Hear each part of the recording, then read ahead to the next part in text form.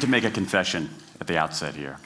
A little over 20 years ago, I did something that I regret, something that I'm not particularly proud of, something that in many ways I wish no one would ever know, but that here I feel kind of obliged to reveal.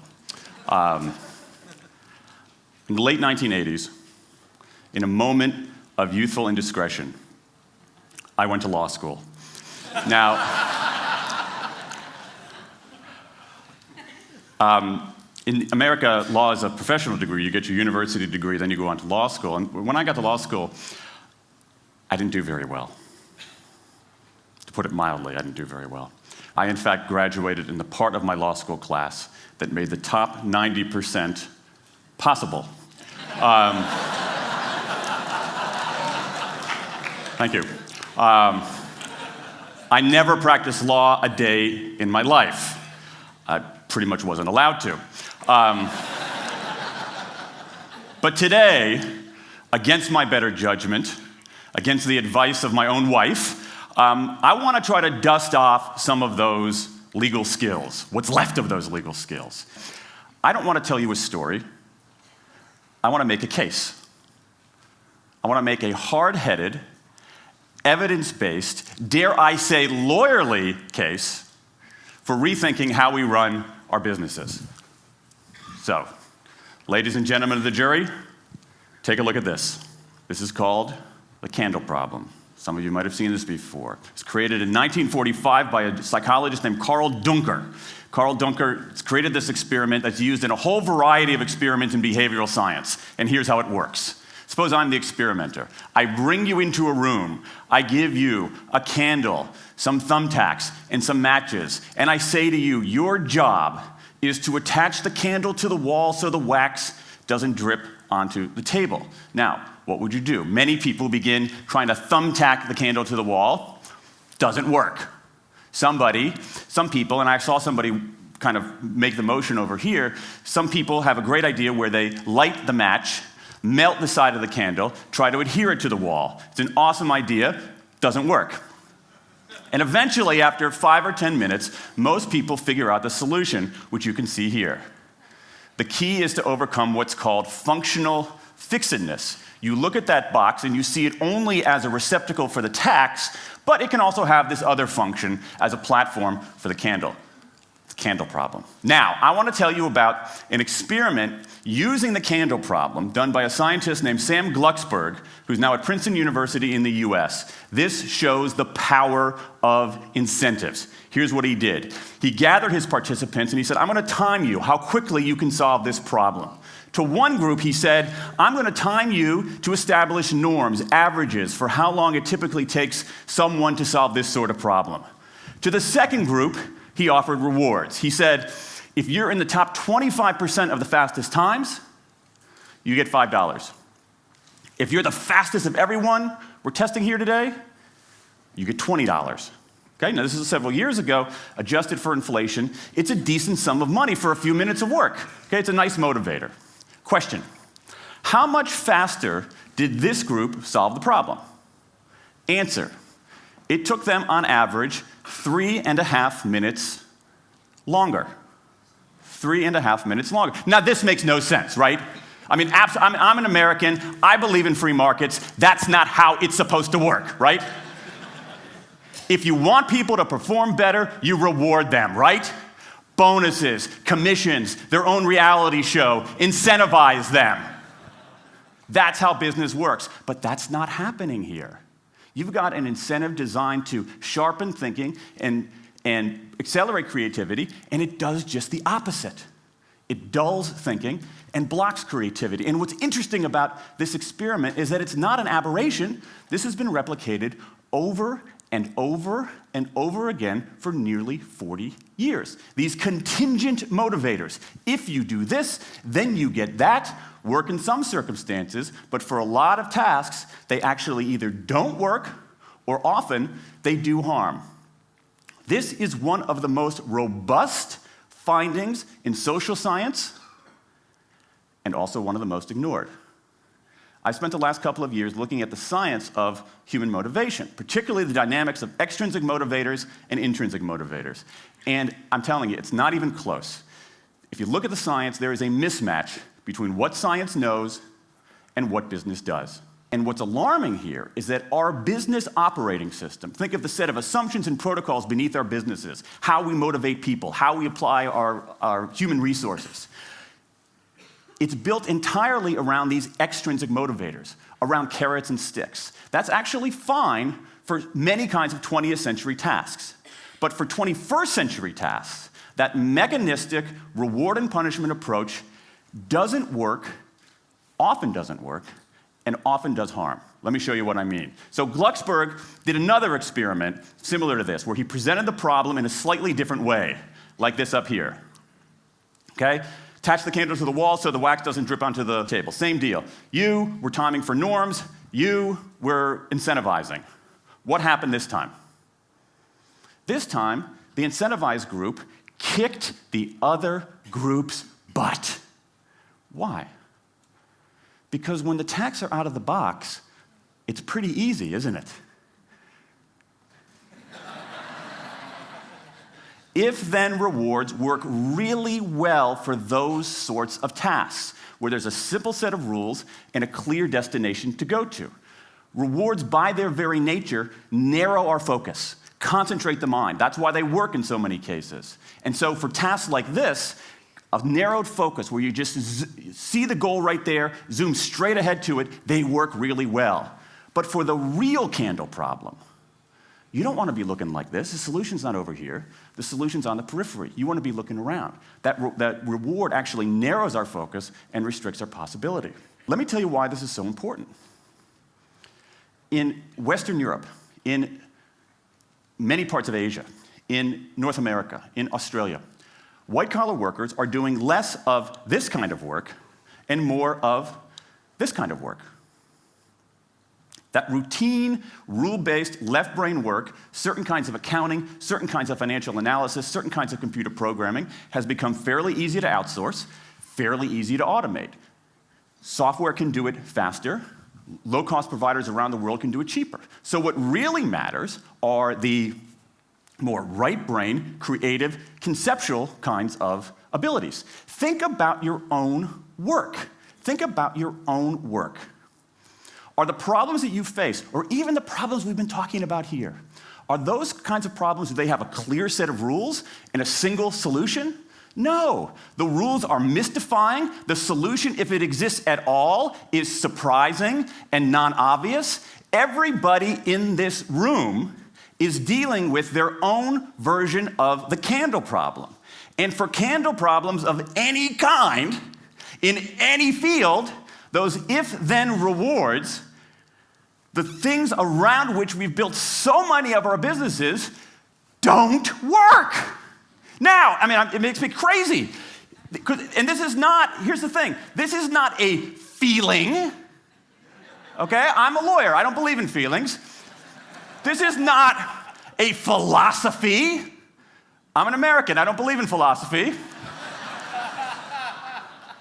This is a fact, or as we say in my hometown of Washington, D.C., a true fact. Let me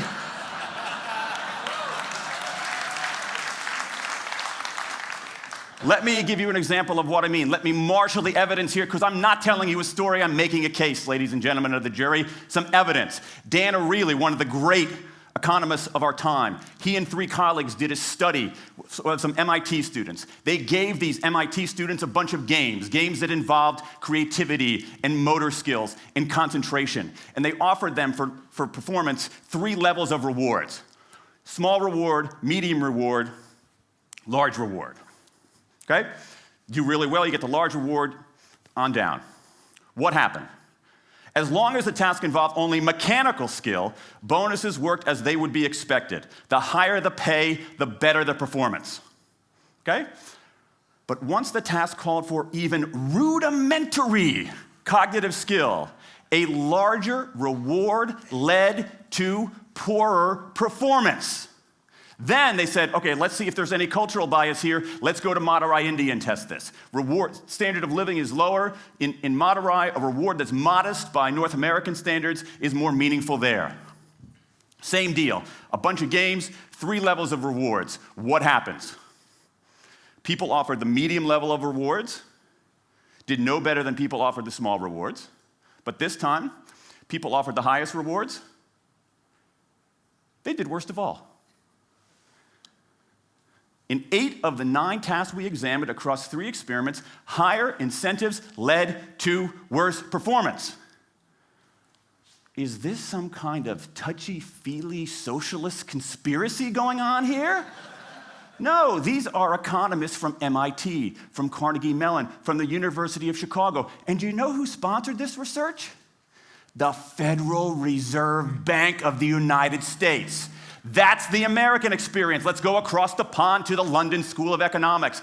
LSE, London School of Economics, alma mater of 11 Nobel laureates in economics. Training ground for great economic thinkers like George Soros and Friedrich Hayek and Mick Jagger.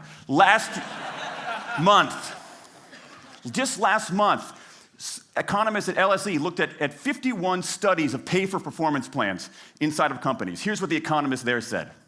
We find that financial incentives can result in a negative impact on overall performance. There's a mismatch between what science knows and what business does. And what worries me as we stand here in the rubble of the economic collapse is that too many organizations are making their decisions, their policies about talent and people, based on assumptions that are outdated, unexamined, and rooted more in folklore than in science. And if we really want to get out of this economic mess, and if we really want high performance on those definitional tasks of the 21st century, the solution is not to do more of the wrong things, to entice people with a sweeter carrot or threaten them with a sharper stick. We need a whole new approach. The good news about all this is that the scientists who've been studying motivation have given us this new approach. It's an approach built much more around intrinsic motivation, around the desire to do things because they matter, because we like it, because they're interesting, because they're part of something important. And to my mind, that new operating system for our businesses revolves around 3 elements: autonomy, mastery, and purpose. Autonomy, the urge to direct our own lives. Mastery, the desire to get better and better at something that matters. And purpose, the yearning to do what we do in the service of something larger than ourselves. These are the building blocks of an entirely new operating system for our businesses. I want to talk today only about autonomy. In the 20th century, we came up with this idea of management. Management did not emanate from nature. Okay? Management is it's not a tree, it's a television set. Okay? Somebody invented it. And it doesn't mean it's going to work forever. Management is great. Traditional notions of management are great if you want compliance. But if you want engagement, self-direction works better. Let me give you some examples of some kind of radical notions of self-direction. And what this means, you don't see a lot of it, but you see the first stirrings of something really interesting going on. Because what it means is, it means paying people adequately and fairly, absolutely. Getting the issue of money off the table, and then giving people lots of autonomy. Let me give you some examples. How many of you have heard of the company Atlassian? Okay, looks like less than half. Atlassian is an Australian software company, and they do something incredibly cool. A few times a year, they tell their engineers, go for the next 24 hours and work on anything you want. As long as it's not part of your regular job. Work on anything you want. So the engineers use this time to come up with a cool patch of code, to come up with an elegant hack. Then they present all of these stuff that they've developed to their teammates, to the rest of the company, in this wild and woolly all-hands meeting at the end of the day. And then, being Australians, everybody has a beer. They call them FedEx days. Why? Because you have to deliver something overnight. It's not bad. It's a huge trademark violation, but it's pretty clever. That one day of intense autonomy has produced a whole array of software fixes that might never have existed. And it's worked so well that Atlassian has taken it to the next level with 20% time, done famously at Google, where engineers can spend 20% of their time working on anything they want. They have autonomy over their time, their task, their team, their technique. Okay? Radical amounts of autonomy. And at Google, as many of you know, about half of the new products in a typical year are birthed during that 20% time.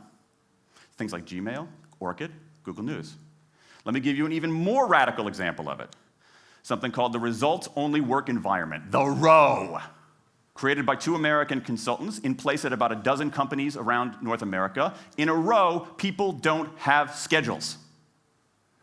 They show up when they want. They don't have to be in the office at a certain time or any time. They just have to get their work done. How they do it, when they do it, where they do it is totally up to them. Meetings in these kinds of environments are optional. What happens? Almost across the board. Productivity goes up, worker engagement goes up, worker satisfaction goes up, turnover goes down. Autonomy, mastery, and purpose. These are the building blocks of a new way of doing things. Now, some of you might look at this and say, that sounds nice, but it's utopian. And I say, nope. I have proof.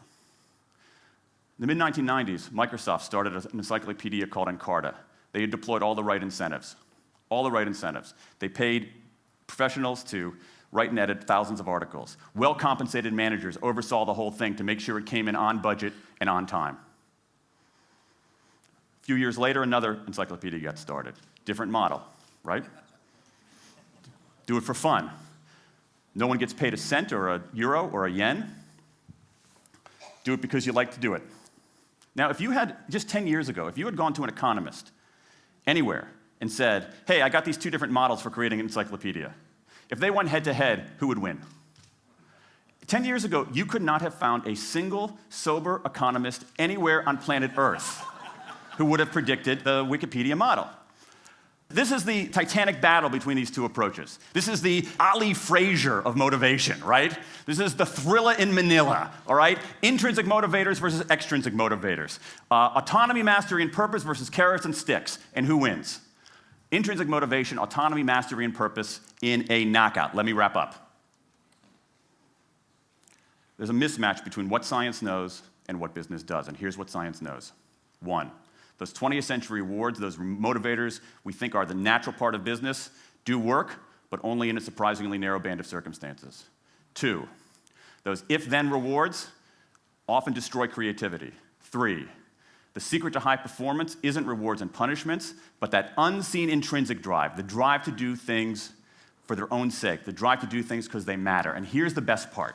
Here's the best part. We already know this. The science confirms what we know in our hearts. So, if we repair this mismatch between what science knows and what business does, if we bring our notions of motivation into the 21st century, if we get past this lazy, dangerous ideology of carrots and sticks, we can strengthen our businesses, we can solve a lot of those candle problems, and maybe, we can change the world. I rest my case.